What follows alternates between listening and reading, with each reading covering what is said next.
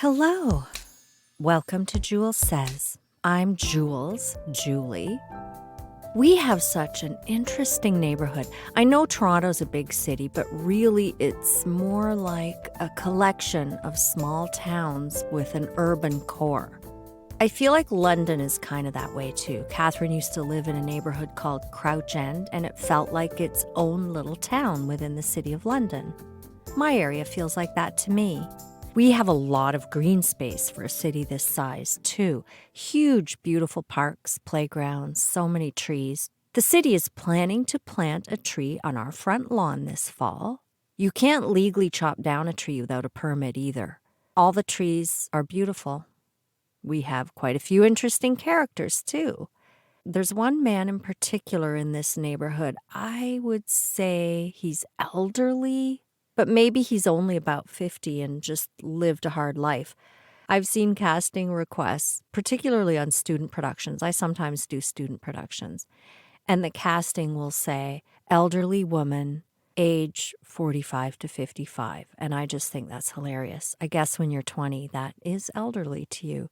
But anyway, this guy, he could have just lived a hard life. But he walks up and down the main street in our area wearing a black jacket and kind of like a captain's cap, which must be ridiculously warm in the heat. He wears it even on a hot day.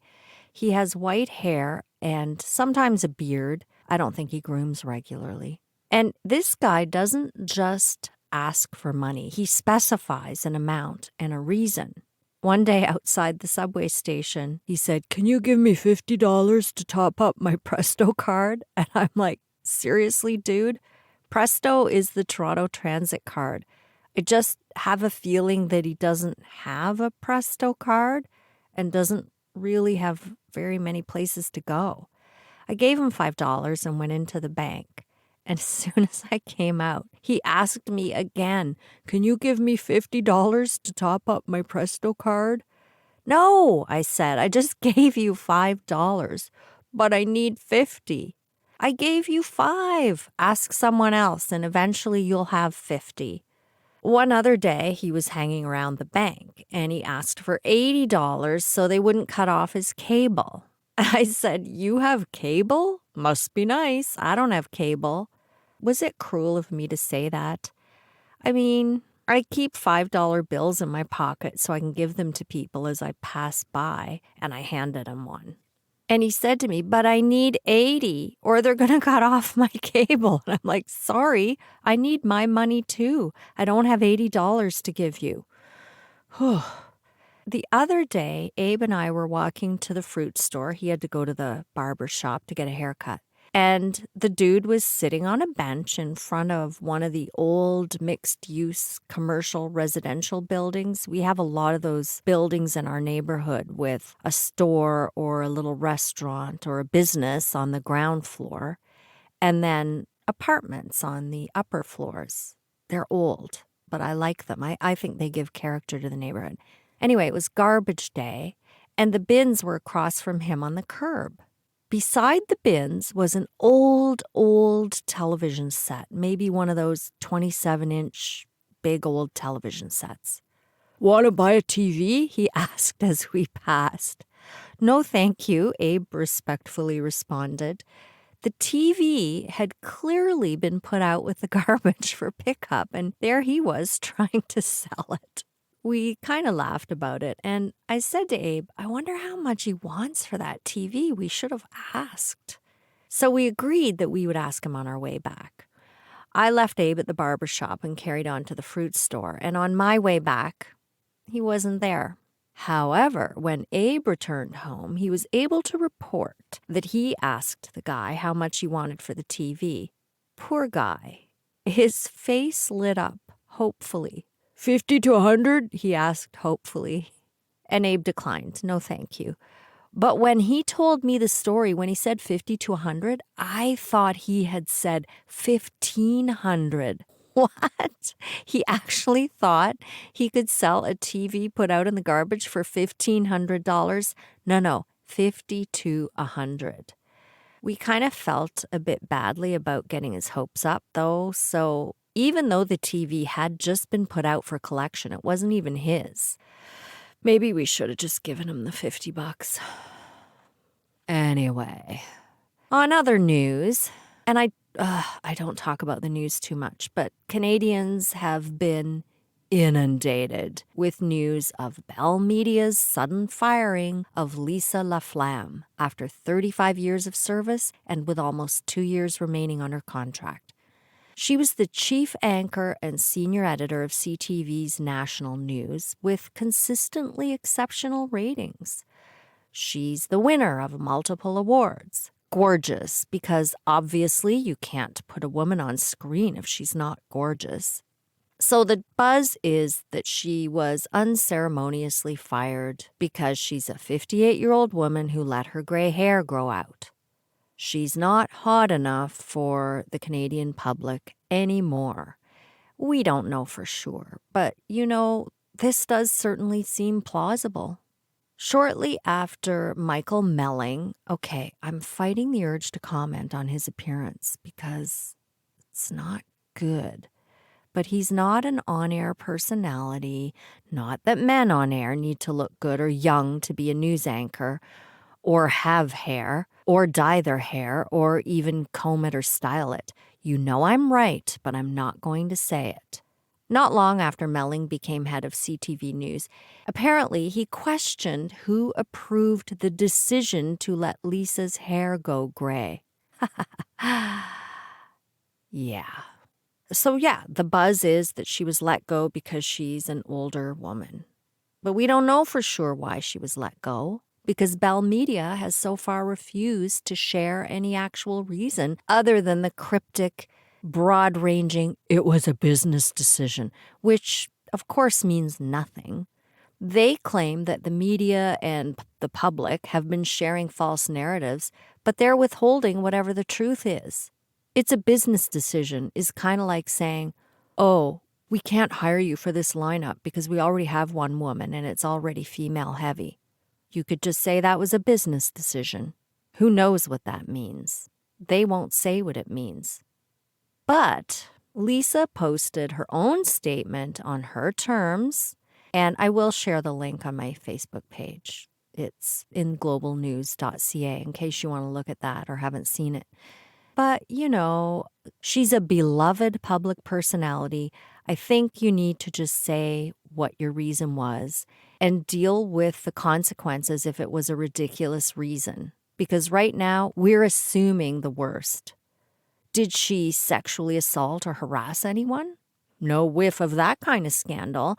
Although, if she had, perhaps she would have been given the courtesy of a paid leave of absence while they pretended to investigate the allegations. What else could it be? Did she bully people? Yell at people?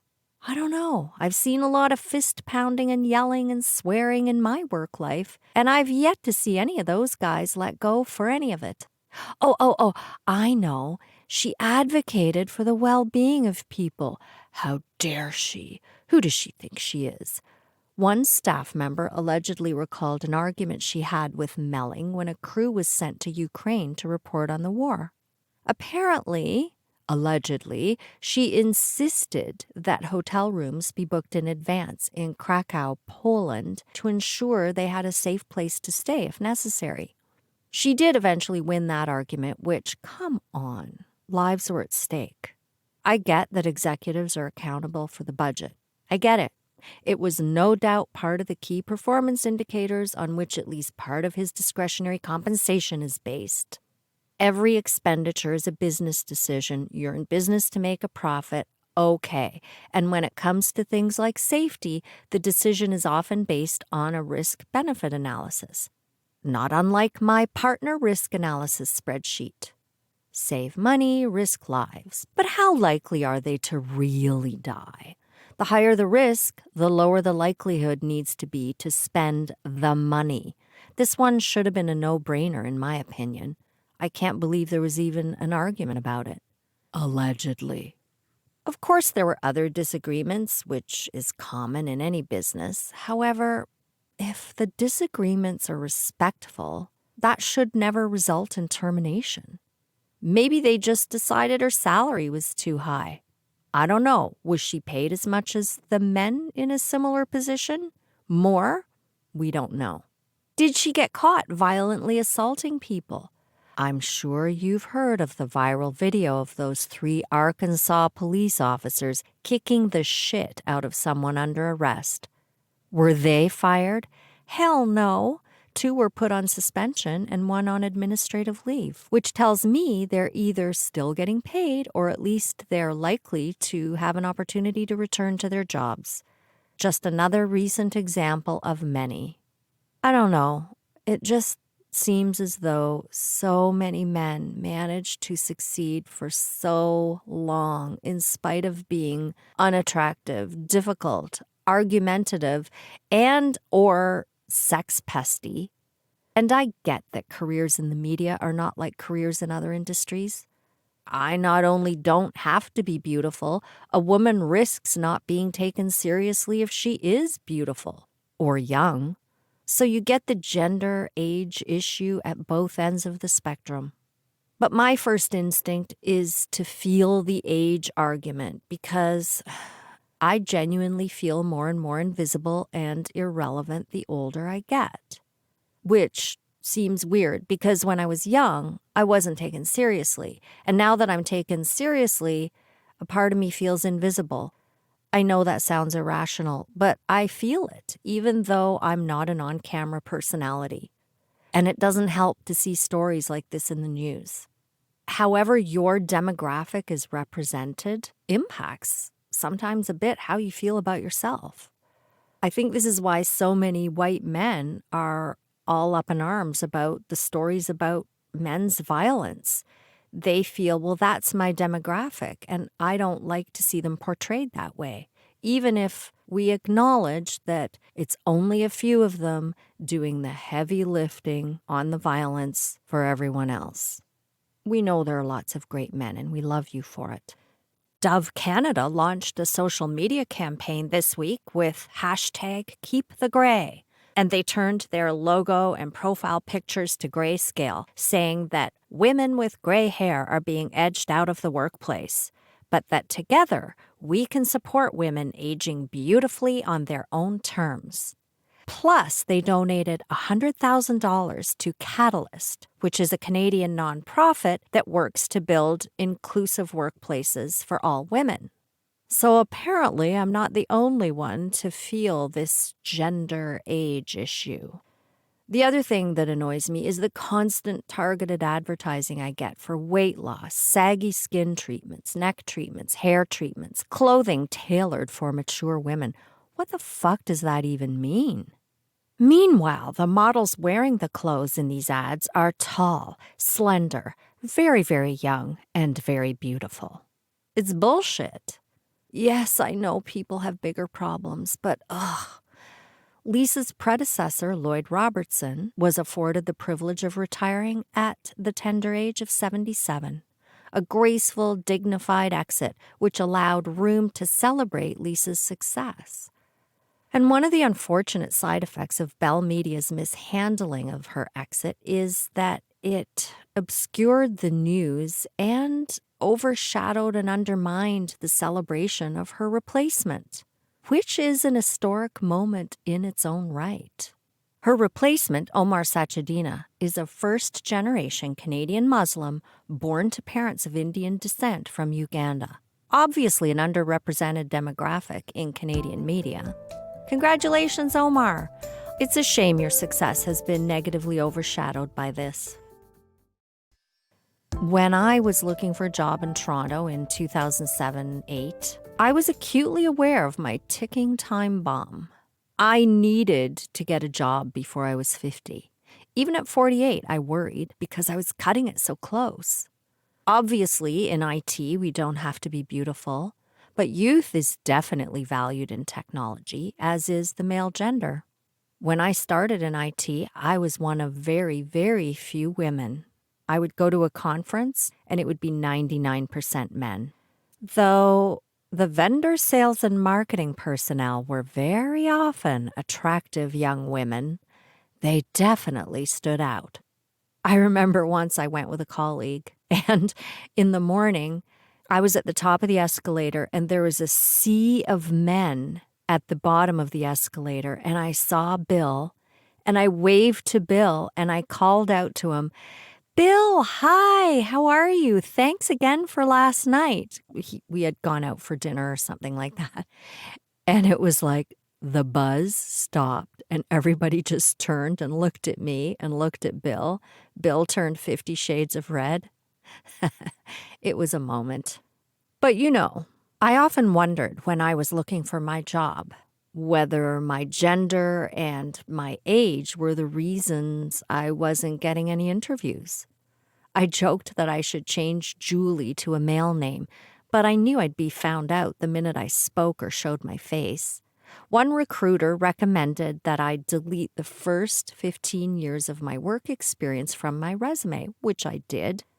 And it made sense. After all, the mainframe and desktop work I had done was not specifically relevant to my current SAP expertise. And it aged me. Hiring managers are often concerned that older people are set in their ways and will have difficulty keeping pace with fast-changing technologies and new ways of solving problems. Yet young women can be penalized because they might have babies or take more time than the dads for family responsibilities. There isn't a huge window of opportunity in between. Boys and men are often assumed to possess superior technical aptitude, interest, and skill. Sure, some of it may be inherent, but also what you're exposed to growing up definitely influences that. But it doesn't mean that we shouldn't have the opportunity, just as men should have the opportunity for caregiving jobs and roles. Interpersonal or social skills have been historically undervalued in technology jobs, though that is actually changing. I've read a few studies that show for years employers' desire for good communication, leadership, and collaboration skills has been largely ignored by educators and economists. But hard skills alone just don't cut it anymore, apparently. You might be a master at writing code, but you still have to communicate with humans in a business environment to empathize with and collaborate and understand the business challenges that you're there to solve, and to work with people through test cycles and modifications. Communication and collaboration are hugely important. I've always known that, and that actually has been one of my strengths historically. Communication is one of the challenges with outsourcing to offshore technical resources, too, if only because of the language barriers and time zone differences. Don't get me wrong, it sounds like I'm really complaining here, but I am grateful for the many opportunities I had in my 20s and 30s. I truly am. But there were so many times I felt dismissed, undervalued. Not having a university degree certainly didn't help either. It gave them an excuse, a very handy excuse, even though there were plenty of others who enjoyed success in my department without a degree. At some point in the late 80s, maybe might have been early 90s, the company I worked for implemented the Hey job evaluation system. Prior to that, I don't recall what my job level was. I was just so happy to have that job and to be doing that work. I didn't really pay much attention to how levels were measured. But anyway, the Hey system was implemented to make sure the jobs were fairly evaluated and compensated so that the company aligned with the Ontario pay equity legislation. Before that, the Canadian pay equity laws, which I think came into effect in the 70s, were complaint-based. If no one complained, companies were off the hook. Well, that changed in Ontario in 1987. The new law required companies to demonstrate compliance with equal pay legislation. Enter the Hay system. And I'm not an HR expert, so I'm kind of nutshelling this in my own words.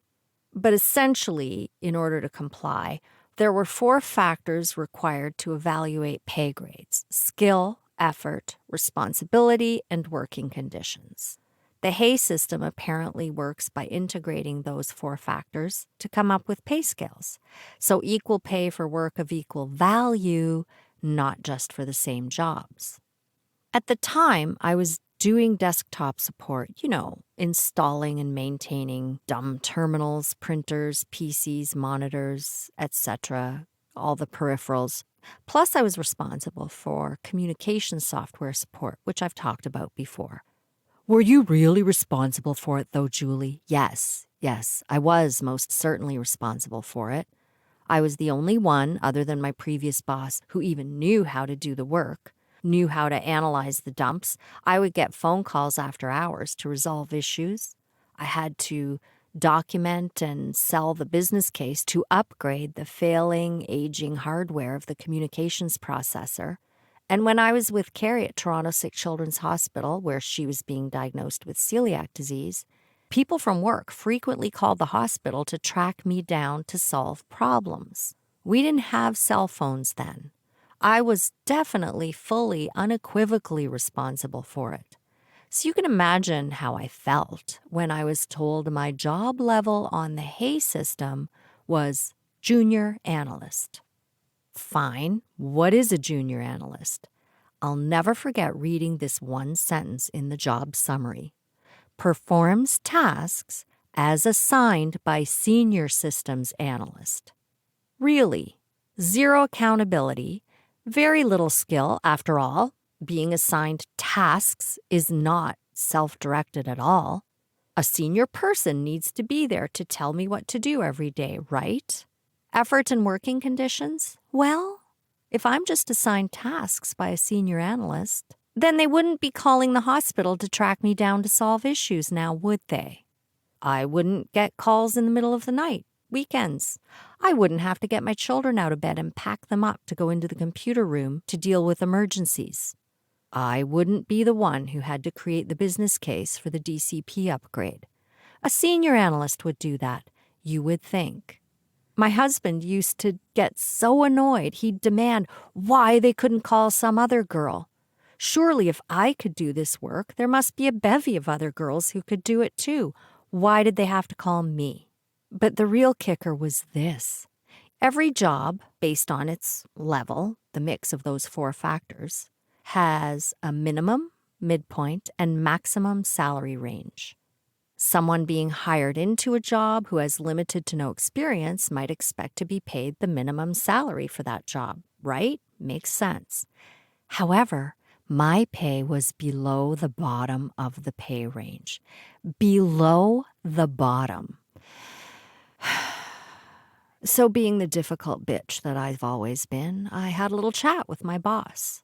Junior analyst? Seriously? So tell me, please, who is the senior analyst who assigns me my tasks? Well, no one, but he hemmed and hawed. You don't have a university degree. Oh, so I'm not qualified to do the job I'm doing? I didn't say that. Actually, you did. I'm doing the job with no help, and I back up the hardware guy. Oh yeah, I forgot to mention that. I also covered for the hardware guy when he was away, handling issues with the multiplexers, modems, cabling, all that kind of stuff for the mainframe communication system. He didn't back me up, though, but I was his backup. I am 100% responsible for this job, but you're telling me that I'm not qualified to do the job I'm actually doing because I don't have a university degree? I guess I should find a job that I don't actually know how to do yet. It took me a while to train someone else and get another position, and admittedly, I still got the calls from her and others until the mainframe was finally decommissioned. But I eventually succeeded at landing a position as a programmer, a mapper programmer, which is a Unisys proprietary programming language. If I was going to be a junior, I figured I might as well find a job where I actually deserved to be a junior. Now, was I underrated because I was a woman, because I was blonde, or really because I didn't have a degree? It hadn't been the first time, and it wouldn't be the last. I get that the degree matters in certain situations, for certain jobs, and certainly if you don't have the work experience. I want my surgeon to have a medical degree. But a lot of other people I worked with didn't have a degree. The job postings always said degree, diploma, or equivalent. I applied for other jobs within the company too, not just the programming job that I ended up getting. I asked one manager if he would be willing to give me constructive feedback on what I could improve for next time. A man from purchasing had been hired for an IT position I had applied for, and he actually turned out to be great. That was a good decision.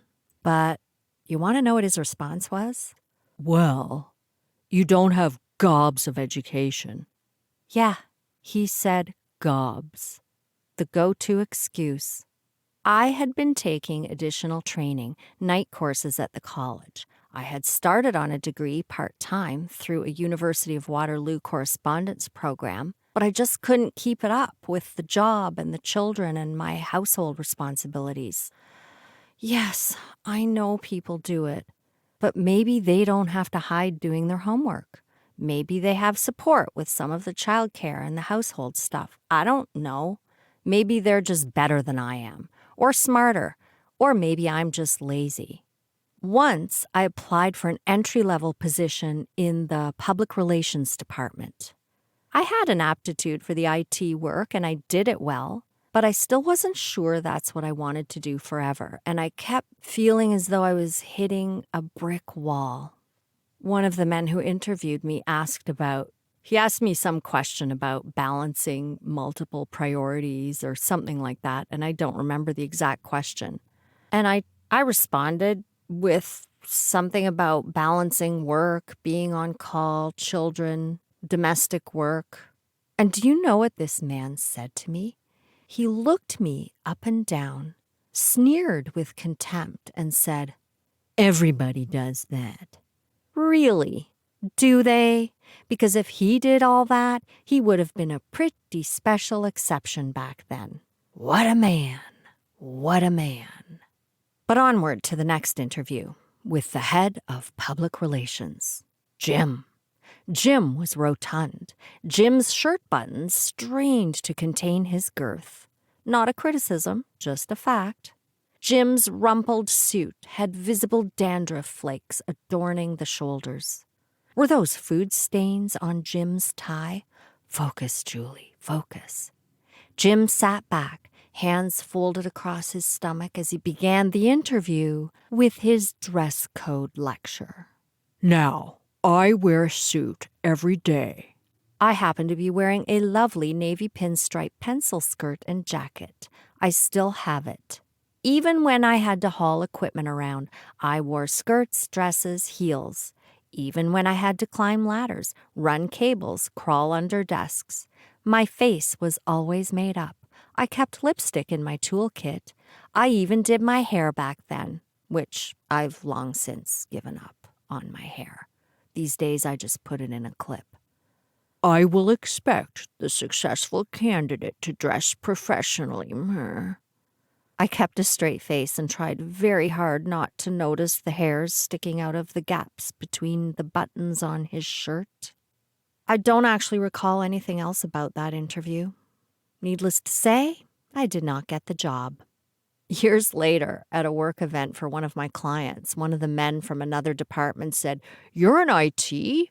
I thought you were one of the marketing girls." "Thanks," I replied. I knew what he meant. The marketing girls smiled, dressed well. They looked as though they could have worked in media. I'm doing okay now. After my last contract mid-pandemic, I held out until I got my rate. Sometimes you have to stand up and demand some respect. And I will never know for sure whether gender or age held me back for so long, just as we may never know for sure whether they're the reason women like Lisa are let go. I ended up doing okay in the end, and I know a lot of people now have a hard time even with a university degree. So overall, I am fully aware of how privileged and lucky I have been. I have to say, though, when I saw a fairly average-looking woman on TV at the dentist's office today, it felt nice to see a regular-looking woman telling me the news for a change. We'll get there someday. Thank you for listening. I think listeners would be interested in hearing some of your work stories.